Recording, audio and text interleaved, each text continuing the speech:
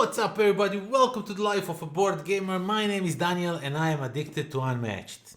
I finally admit it. I need to have everything for Unmatched. I mean everything. Every box that comes out, So this one was no exception. And Slings and Arrows, a new, depending when you are watching this, expansion for Unmatched, a standalone expansion. You can just get this box and have tons of fun.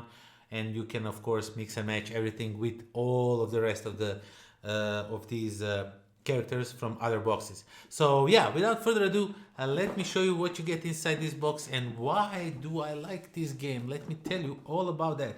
So Slings and Arrows brings 4 new characters. We have Shakespeare, Titania, Hamlet, and the Wayward Sisters. And all of them play very differently and very fun. I must admit, this is one of the boxes that I have most fun playing with. So yeah, you get 2 rule books. One is the core rules of Unmatched, and this one explains you each of the characters, how it's played, what his special abilities are, and how they are dealt with in a game. And we get this really cool map. Again, it's just one map with the empty circles. I still prefer these things more, and I would like if they would just give us 2 different maps, because I would very much prefer that more than anything else. Okay, then you get a bit of extra of these things, so you to make all your dials and everything. So you get 4 characters. Let me show you the miniatures. Now the miniatures come unpainted. If you want to see how they look painted and how to paint yourself miniatures like this, it's really not that hard. And I have a separate channel. There is a link in the description down below that shows you how I painted these. But basically you get a Titania, and then you have 3 Wayward Sisters, and so that's them. And also you get a Shakespeare and a Hamlet. So you get these 2 guys, So yeah, if you want to see in details how these look painted, go check out. There's a link in the description down below. On my second channel, you can find it all over there. Now, each of these characters do, of course, always something different. And sleeved cards don't fit well, at least if you are like me and you are sleeving with Arcane Tin Men. Sleeves barely fit in here, but I will, of course, pull this out because I fit way more characters in one box. So I can condense everything. But yeah, let's start talking about all the characters now. As you can see, the cards are really hard to take out by themselves. So I need something to help me out.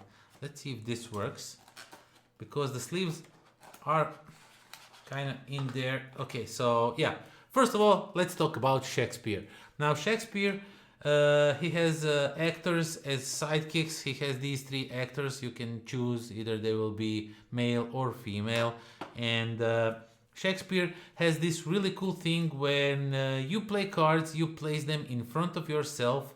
And what you need to do is you need to put them in these sequences that are no longer than 10 syllables or so. Not or so, 10 syllables. So, for example, this one is 6, this one is 4, and when you put them over on the table, when you play them, if there is 10, if you can count, this one is 6 syllables, this one is 4 syllables, that's 10 syllables.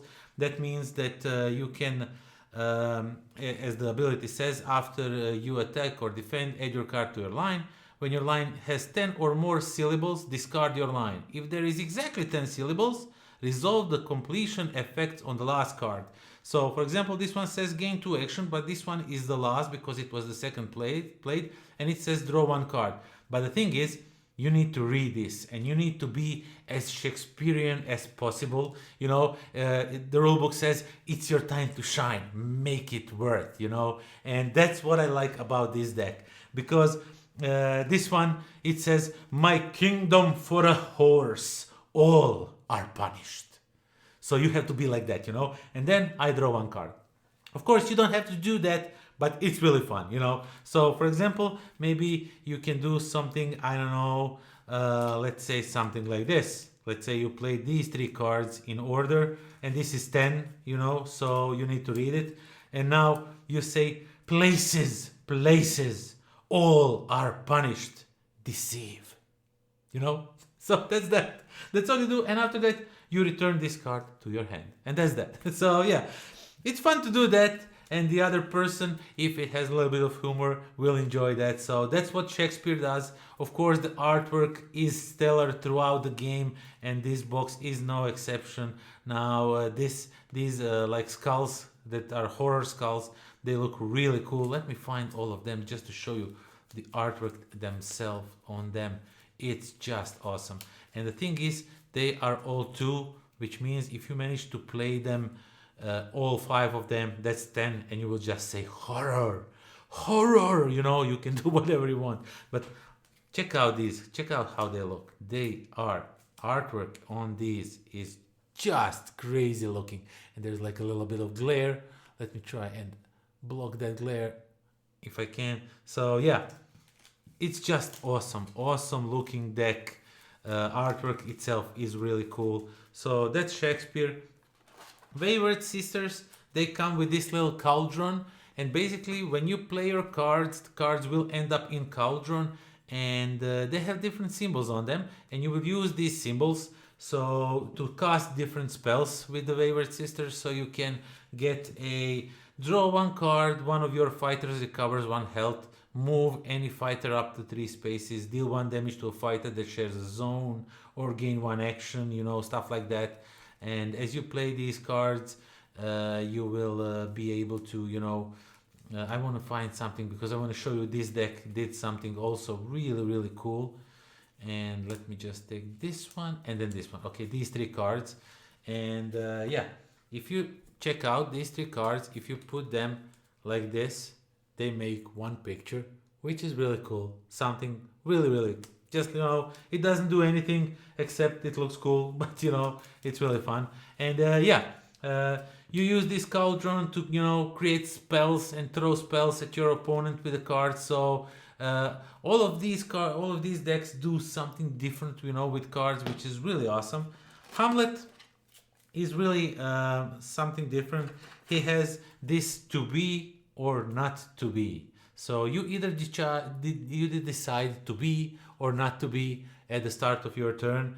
And if you are to be, whenever you maneuver, you draw 1 additional card, which means you are constantly going to draw cards, a lot of cards, which means you are going to lose health probably at the end of the game because you have to maneuver and you don't have cards to draw, so now you have to like receive damage. So it kind of drains your deck really fast if you want to play like that. But if you go on not to be, you add +2 to the value of the Hamlet's attacks, which is really cool. But also, if you choose not to be, you'll deal 2 damage to one of your fighters, either yourself or the Rostrans and Goldenstern. I can't pronounce that. I can't read that.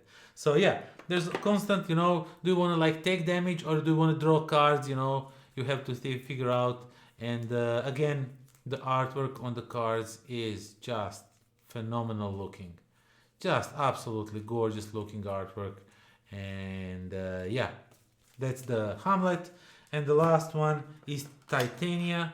Titania basically has these little cards that are like these glamours, and you will just flip one, and as long as you have this one, you will have some special ability. Your fighters do not take damage other than combat damage, so you can't like damage them with Wayward Sisters and spells and stuff like that, as long as you have this one. And if you don't have a face-up glamour card at the start of your turn, you flip this one. If it's ever going while it remains face-up, and there is a way that cards will tell you to discard it, and then you will flip the new one, and now you have at the end of your turn, you may draw 1 card, you know. So there's all kinds of different abilities over here, and as you go through these, as you are playing, you know, with your cards, with your hand, so that is that. So that's what Titania does, and yeah, that's that. That's all that comes in this expansion. Now, as I said, this is one of the most fun boxes that I had pleasure to play with, because it has all these different things that are going on, you know, as I mentioned, the Shakespeare and the reading of those like syllables, you know, stuff like that. That's something really fun. Wayward Sisters mixing with the spells, it's really, really interesting. Hamlet, you know, all of that. But Shakespeare is definitely by far my favorite from this box, and I really enjoyed playing that one. So yeah, if you like Unmatched, this is a set that should not be skipped. If you're like me, if you're not like Power Gamer, I'm not sure how these fare against other, you know, unmatched players, not players, characters. And I just like playing unmatched for fun. I'm not that much competitive, and this box is a lot of fun to play. That's why I like it. So check out Slings and Arrows, really great box of Unmatched. If you are maybe on a, you know, I'm not sure if I want to get it, definitely get it. I enjoyed it really very much, and every character feels really different and does things in a really nice different way. So yeah, that is that. Thank you all for watching. Thank you for subscribing. Thank you for spending all your precious time with me. I truly appreciate all of that. I appreciate all of my Patreons. If you want to be one of my Patreons, you can support me on Patreon, you know, and be immortalized in the end of all these videos. You can do different. I sometimes put some extra videos over there just for Patreons before I release them on the channel over here.